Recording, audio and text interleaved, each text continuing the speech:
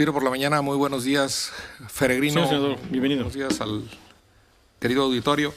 La verdad es que sí, dijo, el Grupo Plural ha pedido que desde octubre, ahí está nuestra carta, que comparezca por algunos asuntos distintos a los que hoy llaman la atención a todos los medios. Pero sí, se está previendo que vaya después de que resuelva la Corte.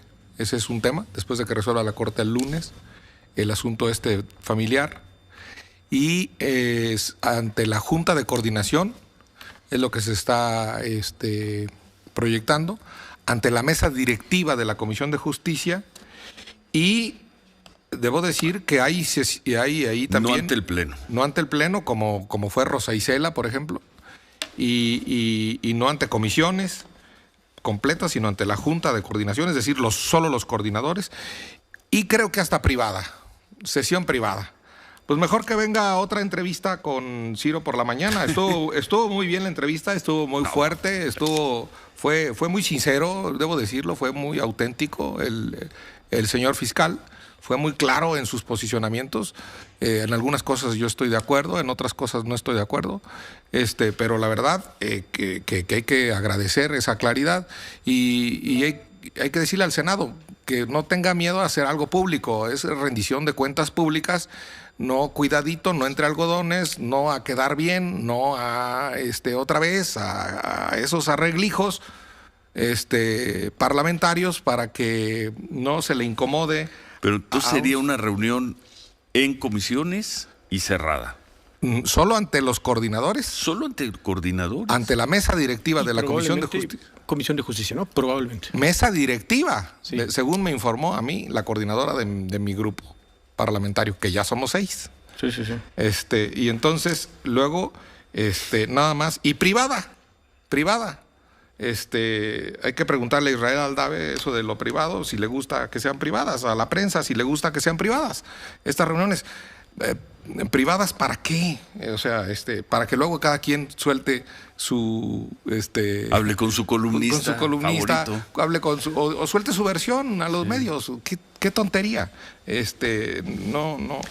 Privada, insisto, que mejor venga otra vez aquí y presencial así a Ciro por la mañana. Yo creo que hay un tema en el fiscal, su doble carácter, el carácter de funcionario público y el carácter de personal. Ayer me llamó mucho la atención que hizo esa diferencia, que se está haciendo esa diferencia. Y él dijo que solicitó la atracción de la Corte como persona, personalmente. Y entonces yo me di a la tarea de buscar la secuela procesal que le llaman de su asunto. Es una lista de notificaciones que es pública del Pleno de la Suprema Corte de Justicia de la Nación y me encontré unas curiosidades solo de fecha. A ver. Solo de fecha. Es cierto, personalmente lo solicitó Gertz. Primero hay que decir eso. ¿Solicitó qué? La atracción. Que la Corte lo discutiera. Que lo discutiera. ¿Por qué atracción? Porque estaba en un tribunal colegiado menor para que lo atraiga a la Corte. Esto, ahí ahorita voy a decir algo. Fue el 8 de noviembre del 2021. Solicita la atracción. El 8 de noviembre del 2021 inmediatamente también acuerda Arturo Saldívar hacer suya la atracción, porque la tiene que hacer suya un ministro. Y el mismo 8 de noviembre, en sesión privada, determinan ejercer el sí a la atracción con el voto en contra de Luis María Aguilar y de Pardo. Todo esto es información pública. ¿Por qué solicitó ese día la atracción el 8 de noviembre pasado del 2021? Porque estaba listada el asunto para resolver el 11 de noviembre en el colegiado. Y eso también es información pública. Y esa lista, que ya se hubiera resuelto, se dio a conocer el 5 de noviembre. Entonces, entre el 5 y el 11, como venía en contra de los intereses del fiscal también, eso es lo que se dice ahí, pues se solicitó la atracción. Pero voy más. Esto es muy raro, Ciro? Un día acordar esto todo el mismo día, una atracción puede durar hasta 4 o 5 meses en resolverse. Esta celeridad, esta justicia expedita, que nos le explique el señor Saldívar. Saldívar, no Gertz. Saldívar, sí, no, estoy hablando yo. En este caso. Estoy hablando de Saldívar. Sí. Yo estoy hablando de la lista de notificaciones del Pleno de la Suprema Corte de Justicia, que es mi fuente. Y que para mí como abogado, y los abogados lo saben, resolver un amparo en revisión o cualquier amparo en el Pleno de la Corte es algo raro. Voy más. El 8 y 10 de diciembre, porque son dos casos, es la orden de aprehensión y es al mismo tiempo el auto de formal prisión, son dos casos, el 8 y 10 de diciembre, el propio Saldívar acuerda el turno en su oficina de la presidencia, acuerda el turno a Pérez Dayán. 8 y 10 de diciembre del año pasado. Un mes después de haberlo traído. Publica un mes después ese acuerdo. Guarda en el cajón toda la Navidad, todo el mes de diciembre, y publica ese acuerdo de turnarle a Pérez Dayán el 13 de enero, hasta después del día 10 de enero, cuando en la conferencia de la Ibero se le arrodillaron estas personas para reclamarle justicia. La hija de la señora. Hasta el 13, Ciro. Sí. Un acuerdo que dicta el 8 y el 10 de diciembre, un acuerdo en su oficina de él, para turnarle a Pérez Dayán el asunto. Lo publica hasta el 13 de enero ya del 2022. O sea, unos días después de que fue a la Ibero a exhibir su libro. Y en asunto de privación de la libertad, no sé si haya términos, tampoco soy un penalista, pero la comisión de receso, mientras había vacaciones, van a decir, es que había vacaciones, del jueves 16 de diciembre al viernes 31 de diciembre, había vacaciones, Germán, por favor. Bueno, había una comisión de receso y en esas vacaciones frenaron el presupuesto del INE. Frenaron el presupuesto del INE. Y no les interesó a la Corte, que tanto le interesa la equidad de género y las mujeres y todo, bla, bla, bla. No les interesó la libertad o resolver la situación de una mujer. Esto es la lista de notificaciones pública del Pleno de la Suprema Corte de Justicia de la Nación, y no la puede replicar ni el señor presidente, respetuosamente, de la Corte, Arturo Saldívar. Volvemos a lo mismo que hemos dicho sobre este caso. Alejandro Gertz, que hoy es fiscal, Alejandro Gertz cree como persona que estas dos señoras fueron negligentes en el cuidado de su hermano. Y por lo mismo las acusó. Y tiene derecho a reclamar. Tiene derecho a reclamarlo y ha seguido el proceso. Dicen los familiares de las señoras que lo ha hecho de manera indebida, presionando al Poder Judicial. Presionando incluso, dicen que a otros abogados. Si ese es el caso, pues ¿qué Poder Judicial tenemos? A ver, Ciro, ¿qué jueces tenemos? Aquí sí ya... No, perdón. Y no es que esté defendiendo al fiscal, pero el fiscal cree desde el año 2016 que la mala muerte de su hermano se debió a los malos cuidados de estas dos personas, que además, al parecer, tenían otros intereses. Eso dice el hermano de la persona que murió, y por lo mismo acudió ante la justicia. Aquí yo no Lo demás cae en manos de los jueces. Aquí yo no pongo en entredicho el derecho que tiene de reclamar la muerte de su hermano el señor fiscal. Primero. Segundo, lo que pongo en entredicho es la celeridad en la atracción de la Corte, y luego meterlo en un cajón el asunto para no turnarlo a Pérez Dayán. Probado lo tengo. Segundo, el lunes se va a resolver por el Pleno. Pregunto públicamente, ¿Loreta Ortiz está impedida? ¿Por qué? Porque su esposo es subordinado del fiscal general de la República. Su esposo lo nombró José Agustín Ortiz Pinchetti. Que es el... Hay regla general en el 126 de la Ley Orgánica del Poder Judicial, parentesco por cónyuge, tal cual. Y en el artículo 51 de la Ley de Amparo, los ministros que son cónyuges en una parte, se va a resolver un amparo, la Ley de Amparo también puede estar impedida y debe excusarse. Como ya se excusó de lo de Pío. De lo de Pío ya se excusó. Ya se excusó porque su esposo lo investiga. Aquí hay un Pío mando. López Obrador. Aquí Pío López Obrador. Aquí hay un mando. También, que hay que decirlo, un mando del fiscal general con el esposo de una de las ministras de la Suprema Corte de Justicia de la Nación. Porque esto se va a resolver por un voto por dos, Esto va a dividir otra vez a la Corte. Bueno, ahora nos explicas qué es exactamente lo que se va a resolver o se podría resolver el lunes. Hacemos una pausa, volvemos con otros temas. Sí, claro. Otros temas. Senador Germán Martínez, siempre haciendo lo que podrían hacer muchos otros que escriben en los medios de comunicación, que hablan en los medios de comunicación. El senador Germán Martínez sí reportea, sí hace la chamba. Sí reportea. Vamos a pausa, 8:20, volvemos. Continuamos con Ciro Gómez Leiva por la mañana. 8:24. Entonces, senador Germán Martínez, para terminar con este asunto del fiscal Alejandro Gertz, lo que dijo ayer, yo diría lo mucho que dijo ayer en la entrevista con nosotros. Es muy, muy grave. Como dijo bien el senador Ricardo Monreal, decir que hay una extorsión mediática hacia la fiscalía o hacia el fiscal es una acusación muy fuerte. Sí, lo que sí yo creo que no debe ya tomarse como recibo es que ya se está poniendo de moda decir que se presiona a los jueces, a los magistrados, a los ministros. Los ministros están precisamente para escuchar a las partes, es su obligación. Si ellos se sienten presionados, pues es su problema. Lo que no deben salir las resoluciones es presionadas. Las resoluciones deben salir conforme a derecho, pero los jueces, los ministros, están para recibir los alegatos verbales. Otra cosa es una intimidación, otra cosa es una amenaza. Eso sí, no es una presión que yo acepte. Pero un alegato verbal no es presión y el señor fiscal está en su derecho de reclamar se deslinde los responsables o la responsabilidad de la muerte de su hermano. Y los parientes políticos del fiscal están también en su derecho, absolutamente igual, en equilibrio procesal.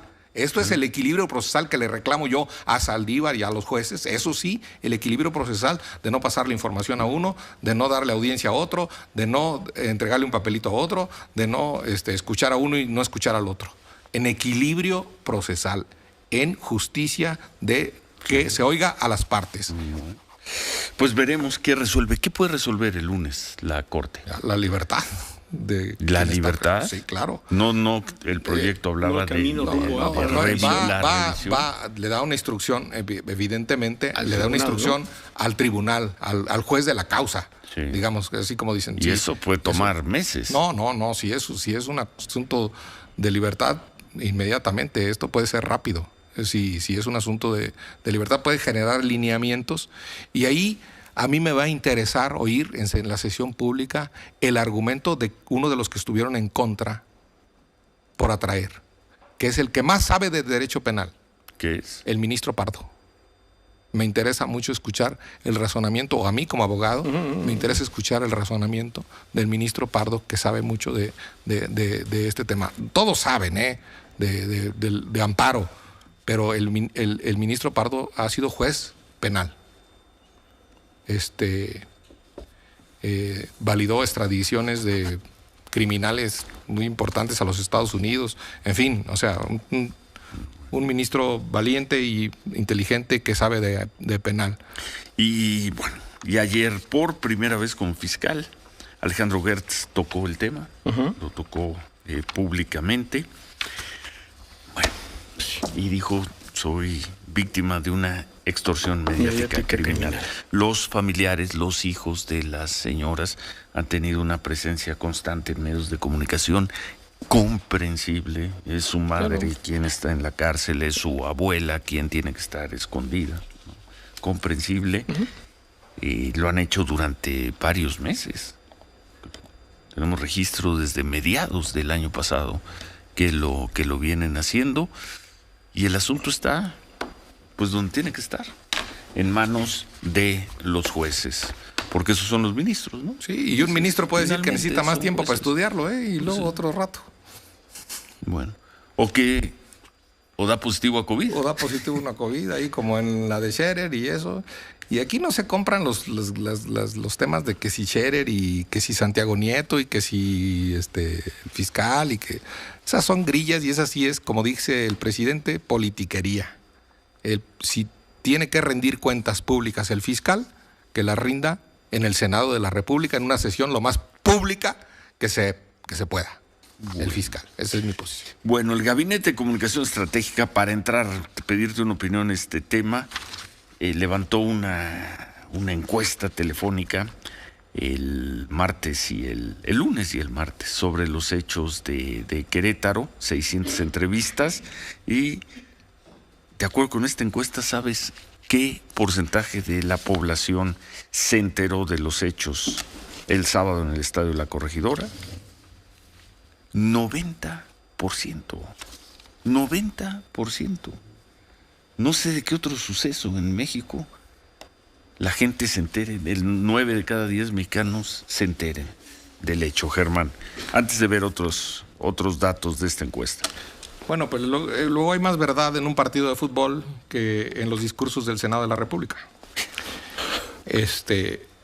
Yo lamento muchísimo,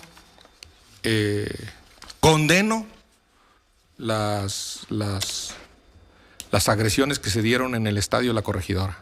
Debe condenarse. 91%. Sí.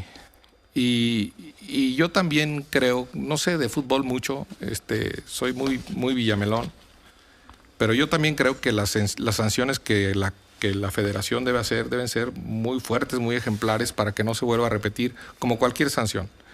Y luego ahí pagaron justos por pecadores. Como en todo andamos los michoacanos. Adolfo Ríos, que es de Uruapan, directivo del Querétaro, ya lo sancionaron y fue uno de los que bajaron ahí a calmar los ánimos. Pero además Adolfo Ríos es el director deportivo. Sí, pues sí, y ya lo sancionaron 5 años. Ya 5 años sin Y entonces, sí, pues eso es injusto porque es michoacano y porque bajó a calmar los ánimos. Pero voy a decir algo que no se ha dicho mucho, Ciro, de este tema del Querétaro, que me preocupó muchísimo. Es como que no le creemos a la autoridad. El señor Curi, el gobernador, pues yo sí le creo. Dijo que no había muertos. Y la insistencia de que hay muertos, yo lo oigo por todos lados y algo está ocultando el señor. Entonces no le creemos a la autoridad. Y se arma una realidad paralela, virtual, digital, en los WhatsApps, y vean los muertos. Y aquí, pues yo le quiero creer a Curi. Si miente, saldrá a la luz. Habrá una mano de un periodista que saque que hubo muertos. Pero a ver, Germán, podemos a tus impecables razonamientos como abogado darte una respuesta de periodistas. Sí. Un muerto es un padre sin un hijo. Claro. Es un hijo sin un padre, es un hermano sin una hermana, es un esposo sin una esposa. ¿Dónde están esas personas? ¿Que hay muertos o no hay muertos? No, pues no. Pues ¿dónde están? ¿Dónde están? Y lo hemos visto de manera muy dolorosa con los desaparecidos. Si murió alguien, ¿quién fue? ¿Y dónde están sus familiares? Otra historia es que hubiera 4 personas, 4 madres o 4 hermanos o 4 hijos, presencia de sus hijos, ¿no? diciendo, mi padre fue al estadio y no ha regresado. No, y no hay nadie. Entonces, ¿de dónde? No, yo estoy diciendo que sí le creo a Curi. Yo estoy diciendo que sí le creo a Curi. Más allá de creerle o no creerle a Curi, ¿dónde están los familiares de las personas que murieron el sábado en el estadio La Corregidora? Déjame decir algo un poco sofisticado, pero no quiero decir. Le estamos dando a la tecnología, a lo viral, la posibilidad de enunciar la verdad. ¿Le estamos? Sí, estamos, Kimosabi. No, por eso. Nosotros no. No, yo sé, yo entiendo eso, pero las redes sociales, sí, yo entiendo perfectamente. Y yo no creo. El argumento de la autoridad de Querétaro en un principio no sedujo. Sedujo más el triunfo del engaño digital. El triunfo de un periodista que ya se tuvo que disculpar. Del impulso viral. Extraoficialmente hay 17 muertos, que era una gran nota. 17 muertos en un estadio. Pero ahora, él mismo dijo extraoficialmente, y ahí van todos a decir 17 muertos en Querétaro. Ahora, otra cosa es que los mate la delincuencia organizada en San José de Gracia y por temor muchas familias no digan. Es otra cosa. Eso es otra cosa. Y que los esconda el propio crimen organizado. Que los esconda a los muertos. Y que las familias no digan por temor o que no sean de San José de Gracia, Michoacán. Y ahí yo digo que hace falta una investigación más a fondo. del asunto de parte del gobierno de Michoacán. Pero ahí vale la fiscalía, ¿no? Sí, ya puso número, ¿no? Por lo menos 10 personas. 11, dijo, ¿no? 11. 11. Y que había rastros humanos de 11. De hematomas, de sangre y de masa encefálica, por favor. Pues entonces ahí sí hubo muertos. Sí. Tal cual. Pero no, eso no pasó en la corregidora. Si me permiten, es que es muy larga la encuesta del Gabinete de Comunicación Estratégica. Se deben prohibir las bebidas alcohólicas en los estadios, compañeros que van al fútbol. Sí, qué sorpresa. Muy de acuerdo o algo de acuerdo, 82%. Qué sorpresa. ¿Quién considera que es el responsable del enfrentamiento entre Atlas y Querétaro? 32%, las dos aficiones. Sí, claro. 17%, la seguridad del estadio. 15%, los aficionados de Querétaro. Es decir, 32 más 15, la mitad de la gente. Dice, los culpables fueron los aficionados. Claro, los aficionados. Más la seguridad, ahí está el dato. ¿No? Pero si sumamos, ahí la tiene en pantalla, la respuesta es 1 y 3, nos da casi 50%. Sí, señor. Vamos a pausa, volvemos. Gracias, Germán. Yo insisto en que ahí no se le crea a la autoridad, y yo le creo al gobernador Curi, yo le creo a la secretaria de gobierno Lupita Murguía, y qué bueno que no fue una tragedia mayor, y creo que es injusto que un director deportivo se le sancione, pues se le sancione al director deportivo del América, que va en último lugar, se le sancione a otros. Aquí no hubo muertos, esta semana no hubo muertos en el fútbol, salvo la lamentable muerte de Tomás Boy, el jefe que fue entrenador del Morelia. Sí. A ver, una opinión, Marco Silva, de acuerdo, buenos días. ¿Cómo estás, Ciro? Senador, buen día. Además de ser reportero, 3 estrellas. ¿Cuántas estrellas tienen los periodistas? 3. Bueno, él es 4 estrellas. Muchas gracias, muy amable. Nuestro secretario de Defensa es un buen aficionado al fútbol. Prohibición de venta de bebidas alcohólicas en estadios. De acuerdo. La encuesta del Gabinete de Comunicación Estratégica considera 82% de los entrevistados que debería prohibirse las bebidas alcohólicas en el estadio. Marcos sí es un aficionado que va a los estadios de fútbol. No solo lo ve en la televisión. 82% consideran que se deberían prohibir las bebidas alcohólicas. El sábado estaba yo en un estadio, el sábado en la noche, en el Estadio Azteca. Estaba viendo Cruz Azul contra Puebla. Lo estaba viendo con un grupo de amigos argentinos, que era la primera vez que venían al fútbol a la Ciudad de México. Y lo primero que les llamó la atención, Ciro, es algo que pues es inaudito en las canchas de Argentina: la venta de cerveza. Desde muy temprano, antes del partido, desde muy temprano, estoy diciendo 40, 45, 30, 35 minutos, es suficiente. Porque cuando está el árbitro pitando el inicio del encuentro, pues hay quien ya trae 1 litro de cerveza encima. Y muy tarde también deja de venderla. Es decir, uno puede todavía gritarle a un cañero, como le dicen en los estadios, para que le sirva una cerveza hacia el minuto 30, 35 del segundo tiempo. Muchísimo alcohol y, por supuesto, pues ese es el azar trabajando en un estadio, porque hay quienes no pasa nada, no les sucede absolutamente nada, pero hay otros que enloquecen, coleccionan sus vasos y se los ponen como brazaletes, y entonces se sienten empoderados y comienzan los gritos, las agresiones, y justo en el lugar donde uno se sienta que alcanza a ver al aficionado del otro equipo con la camiseta del otro equipo, pues la verdad es que es el caldo perfecto, pólvora regada que está buscando su fuego. Y ahí está. ¿Tú estarías en el 82%? Sin duda. ¿Sí? Sí, por supuesto, Ciro. ¿No alcohol en el estadio? Sin duda. No. Ayer Manuel hablaba del caso concreto del estadio de Ciudad Universitaria. Cómo se hace la venta se hace muy próxima al inicio del partido y se suspende prácticamente hacia el medio tiempo. Porque conocemos las barras, conocemos cómo es la ultra, es decir, no estoy diciendo nada, salvo que es de verdad un detonador, porque además, Ciro, se termina el partido y uno va caminando rumbo al auto, va caminando al estacionamiento, sí. A la salida, y le siguen ofreciendo, y le siguen ofreciendo, y le siguen ofreciendo alcohol.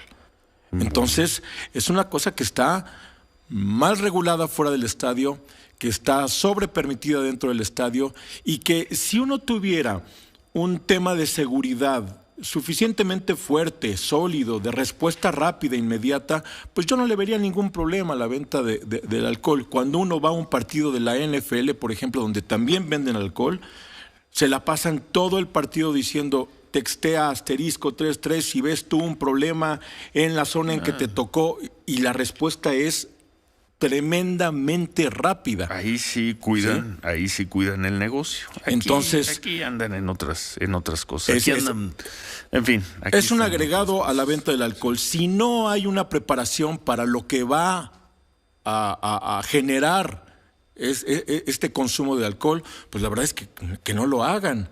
Si no tenemos las secciones vigiladas por un grupo determinado donde su área de responsabilidad es esta grada, esta platea, estas filas te tocan a ti y tú atiendes por la seguridad de las personas que están ahí, pues entonces por supuesto que el caldo está para que todo se salga de control. Totalmente. Pero limitas el consumo. No, yo totalmente de acuerdo. Y pues los dueños de las cervezas y los dueños de la publicidad de las cervezas, pues son los que han de estar presionando para que se siga chupando en los estadios. Sean unas cantinas enormes a las que no puedes llevar a tus hijos. Y yo estoy totalmente de acuerdo aquí, aunque parezca conservador. Yo soy muy liberal en esto. Sí, pero la verdad, en este programa haya dos opiniones y además de ustedes dos restrictivas. Pero sí, bueno. digo, lo que verdad es que deben sacar el chupe de los estadios y llevarlo al Senado, a ver si así hay más racionabilidad. Luego, ahí te va esta otra, las de la encuesta del Gabinete de Comunicación Estratégica. ¿Las barras de fútbol deben estar en los estadios? Sí, 39%. No, 57%, Marco. Híjole, eso está ¿Tú bien estás complicado. en el 39 o en el 57? Yo creo que las barras, no en los, digamos, en la modalidad argentina que conocemos, pero en realidad las porras, yo no le veo problema que estén, Ciro. Es decir, pueden estar credencializadas y pueden estar controladas y pueden estar vigiladas y pueden entrar mucho antes del partido como lo hacen y salir mucho después como sucede en varios estadios.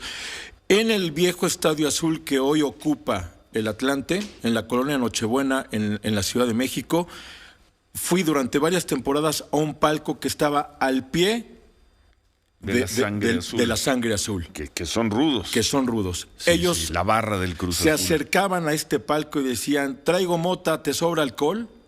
Esas son las cosas que son complicadas de entender. A mí me gusta beberme una cerveza, 2 o hasta 3 en el estadio. Lo que no me gustan son los trancazos, Ciro. Lo que no me gustan son los golpes, los jalones. ¿A quién? Yo creo que a la mayoría. No les gusta, pero ¿estás en el 39 que sí las barras deben estar en el estadio o en el 57 de que no? Sí deben de estar. Sí deben estar. Bajo, una vez más, como el consumo de alcohol, bajo protocolos, condiciones y operativos. Yo no soy una autoridad para opinar, pero, no, pero está ¿alguna vez has ido al fútbol? No, sí, claro, muchas veces a apoyar al Morelia.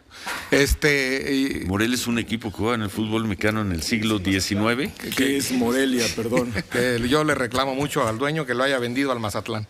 Entonces, si están para identificar, las barras se pueden identificar, como lo ha dicho bien Silva, que se identifiquen, y eso es mejor.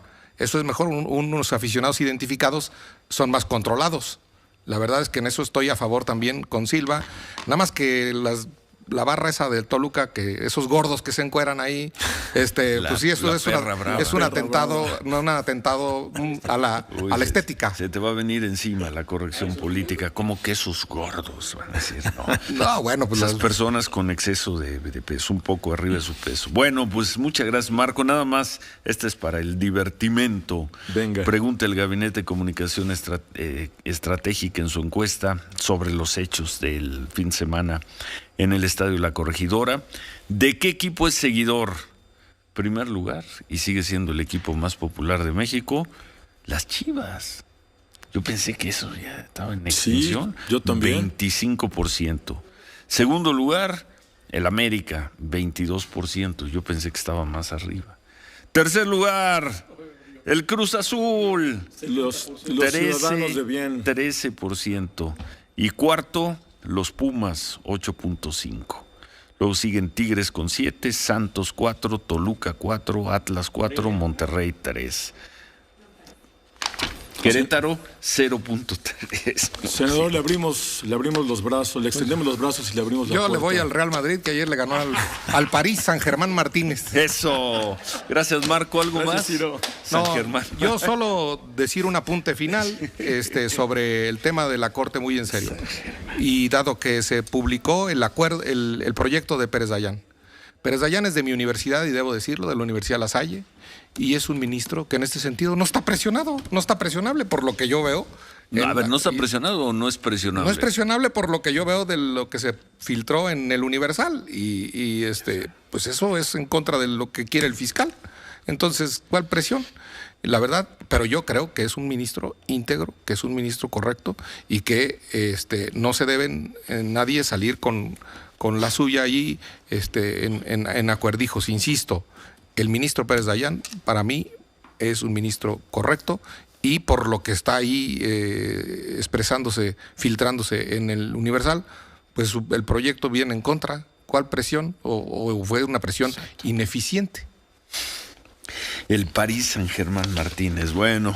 Se fue con tanto dineral, por eso ya vamos a Qué contratar. desastre. Vamos a contratar a Mbappé en el Real Madrid. Eso es peor que una cosa soleada. Ahora sí ya, Sí. se acabó el término. No, el Cruz Azul es Es un equipo de una fino. enorme Y entereza. con todo el dinero del petróleo, de los Llevan Emiratos. al portero italiano que ganó la Copa de Europa, porterazo, y comete unos errores. Si los hubiera cometido el Conejo Pérez Hubieran puesto a Navas, a Keylor Navas. o a Adolfo Ríos. Y que contraten a Zinedine Zidane, ahora de entrenador. Bueno, del París los del Saint-Germain. París. San Nos vamos a pausa. San Germán. Adiós, San San Germán Germán. Martínez. 8:56. Hacemos pausa. Volvemos.